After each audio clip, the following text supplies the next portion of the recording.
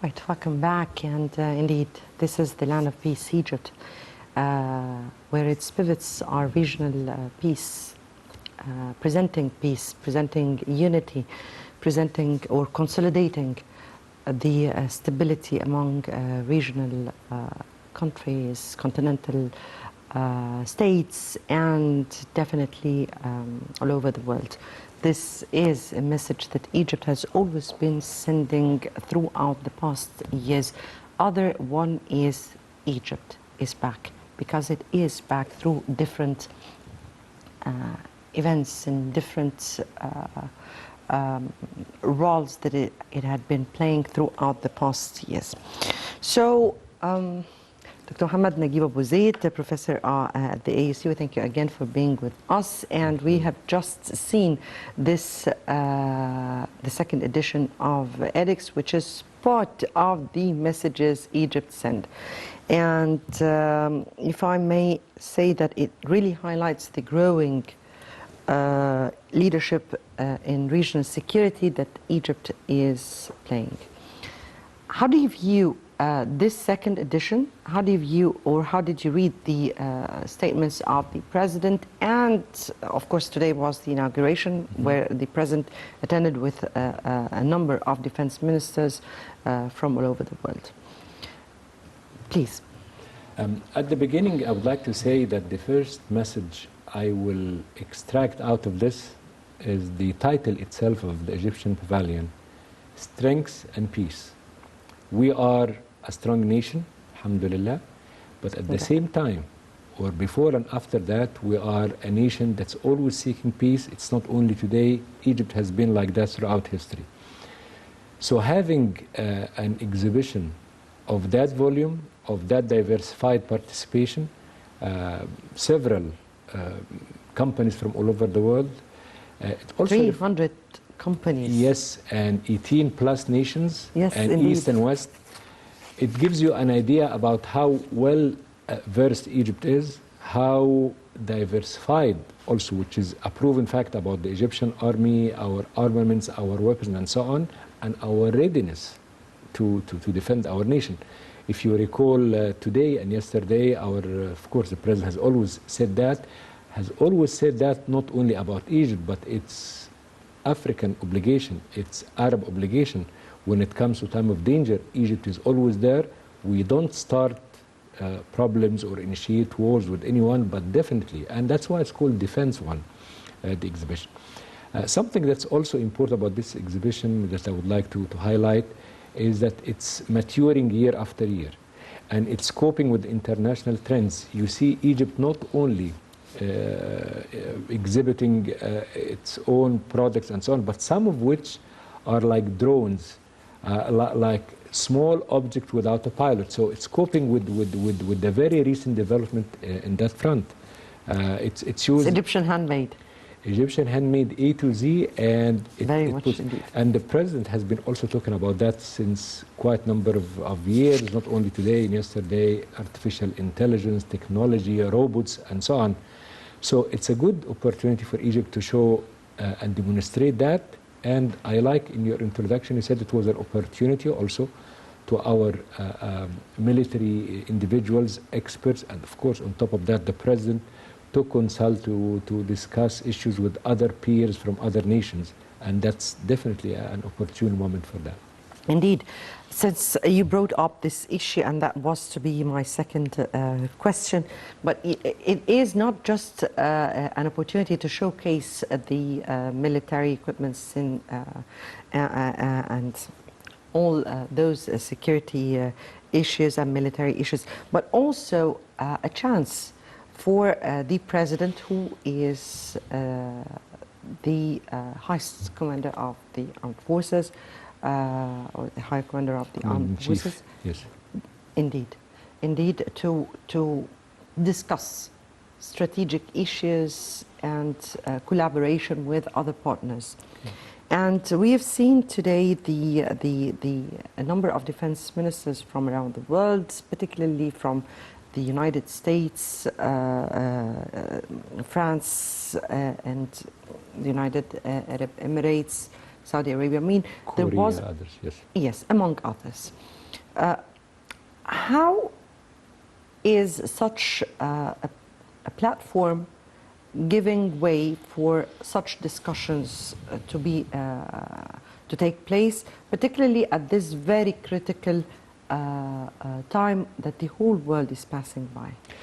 Actually, it's a very good question because of the complexity of the situation on the ground now in the whole Middle East and the Mediterranean region, in which military / political / economic / social illegal immigrants, COVID, and so on, are all interrelated in a quite a complex way. Let me highlight an important message here. Usually in gathering of that nature, you achieve a lot of progress and a lot of consultation that may not be possible through state-to-state visit that will last a day or two, and you need to do so many of them.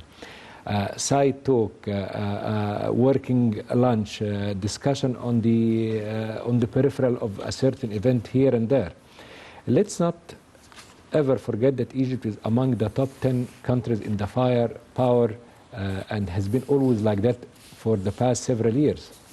So Egypt is being looked upon as a superpower from its own strengths, and Egypt is moving directly towards having let's say self-sufficiency in its own, at least in munition, some of the weapons. Some of the things may appear to the viewer like they are secondary, but for example, night vision equipment that are being used in time of war, like remote sensing and so on. We're talking here about technology, we're talking about advantage, we're talking about being ready and sending this message.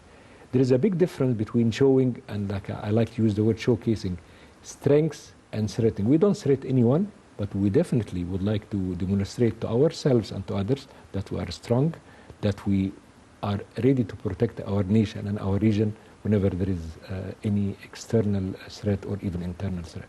Indeed. And since you brought this up, then I have to say here that Egypt is presenting for the first time, as you respectively said, this drone, this unmanned drone dubbed Nut, which is the name of this ancient Egyptian goddess. Which was intelligent, by the way. The naming itself, I like it very yes. much. And border surveillance systems, torpedoes, police warcraft, tugboats, military goggles, and enabling the long distance and night visions, as you said, respectively. And all these were part of this exhibition, but also all these were Egyptian production. Definitely. And that is a matter of yes. pride. Allow me to say one quick thing here. Almost all the nations, almost all of them who participated in this exhibition or are exposing their product and so on, have taken part in military maneuvers with Egypt. The United States, the Emirates, Saudi Arabia, France, and many of which. So it's not just showing ourselves or each other the equipment and the weapons. No, it's doing something. It's getting ready, heaven forbid, when there is an action, because we don't look definitely for war with anyone, but if there is a need, we'll do it. And taking part in these maneuvers is also another practical exercise that involves not only the equipment and the weapons, but the superpower, the mental power, the individuals, the personnel, which is one great form of preparation for any time of war. Dr. Abu Zeid, we're speaking here about a message that Egypt recently, or particularly this year, has started to put it through many messages, through its foreign policy, through its events that are taking place, through the announcement that have been taking place since the very beginning of this year, through events that remarkable and dazzling events that have been taking place since last year. The message is Egypt back. Egypt is back. How do you view how Egypt is really applying or really presenting this slogan, but in deeds, not really in words? This particular question, I can take hours talking about it because it's a very rich question, very loaded question, and I like that. Egypt is back from where? Definitely, let's face ourselves that there has been a time, not very long ago, 7, 8 years ago, we were on the verge of a very, I don't want to use very harsh words, but like a nightmare. When we go back and try to think about this time, sometimes we are in a state of disbelief where we were and how life was heading to. In terms of, even on a social level, cultural level, I'm not going to only talk about political and so on. Egypt is back. I'll give 3 fundamentals. Egypt is back in its foreign policy. An open, clear, balanced, open policy with all the parties in the world. Even if you notice over the past 6-7 months, countries that were, let's say, not very friendly with Egypt, and I'm trying to be nice here, they started some war or loosen. Let's say kind of rapprochements. But definitely, it's a rapprochement, because... Okay, and I'll ask you and I'll ask the viewer, why is that happen? Why would that happen? Definitely, the answer comes in our previous discussion, strengths. We're a strong nation, and we are a nation that has the support of almost the entire world when it comes to our clear stand about these things. One of the things that makes me the proudest as an Egyptian, really, and I like to say that, and I always say that when I travel abroad, is that what we announce as policy to the world is what we discuss inside the rooms, is what we discuss in public. It's one thing. Let's talk about, and maybe you're going to discuss that later on, the Palestinian case, the situation in Libya, our review about our relations with the Mediterranean region, Euro-Mediterranean, and so on. Another part of coming back is coming back, and I had the pleasure of discussing this with you in a previous episode or a debate, which was coming back to Africa. That's one of the biggest gain that happened, is that we were... Yes, you want to say something? Just before you proceed on, because yes, we'll go on in this, but I will just give a very small comment here. You spoke about Egypt's, and what it announces is exactly what it says behind doors, because the Egyptian foreign policy was always one that is described with integrity in a world that has not been working with integrity very much indeed. But please go ahead. I'm seconding what you're saying. It's integrity. And that's why would someone want to be a partner with a partner that is not that kind of possesses this kind of integrity? When you look to a partner, even on a small business level, you want to be with someone who has this kind of ethics, integrity, ability really to cope with situations that's of that nature.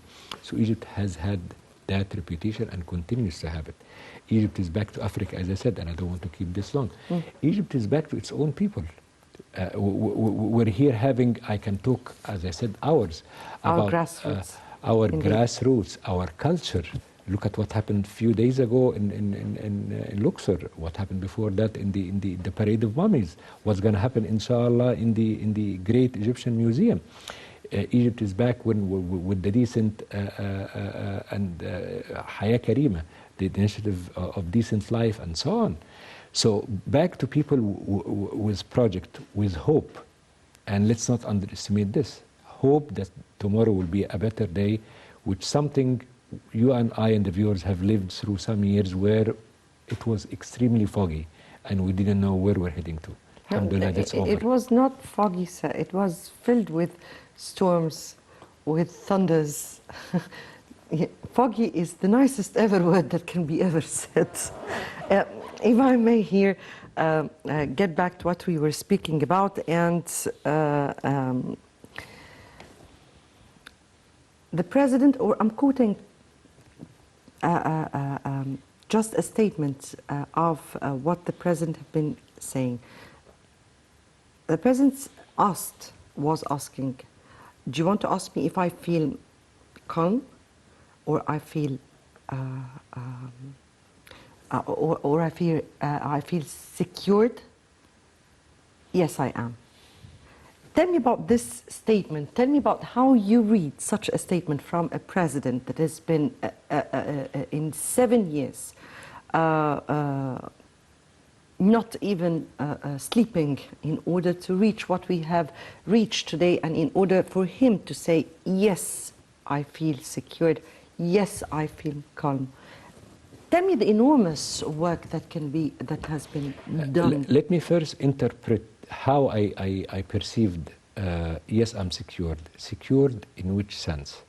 Definitely, if you talk about that in an event like today's event, we are, from a military point of view, from a defense point of view, we are a country that's capable of defending itself, and I think we knock on wood, we say Alhamdulillah, and we want to maintain it this way and advance in that direction. Secondly, the messages that are coming, and that's the military part. The second is the message that's coming on the economy. With all the challenges that Egypt and the Egyptians are facing, and I'm not going to undermine any of that, national debts, rise in prices, whatever, and difficulty in many aspects, but definitely the vision of international agencies, economic authorities is positive and stable and optimistic about the Egyptian future. At least in a time of COVID, we did not retract back, and we maintained a growth in the economy. Isn't that one form of security? And third, and I just quote what the president just said, his bond with the Egyptian people. He feels and he's assured of the support of the Egyptian people. And that's what made our president take some, and he mentioned that, and it was gracious that he mentioned that, took some of the difficult decisions that needed to be taken years ago, if not decades ago, relying on the support of the Egyptian people, because they understand, because he explained why they needed to be taken. And that's what makes anyone in a leadership position feel secure that his people will understand, even in time of, and I will say one last thing. He said not long ago, I'm not looking for decisions that makes me popular. I'm looking for decisions that are the right ones for the people. And years after, in the future, people will realize that. Indeed. Also, during the president's speeches, he always pointed out to the importance of internal stability, homeland stability, consolidating of the state stability, the region stability, and all that comes from also the foreign policy, the Egyptian foreign policy. But before we move on to the foreign policy of Egypt, let's have this report. And Sameh Shukri, the foreign minister, our foreign minister, participates in the regional forum of the Union for Mediterranean. Let's watch the report and we'll come back for more discussion.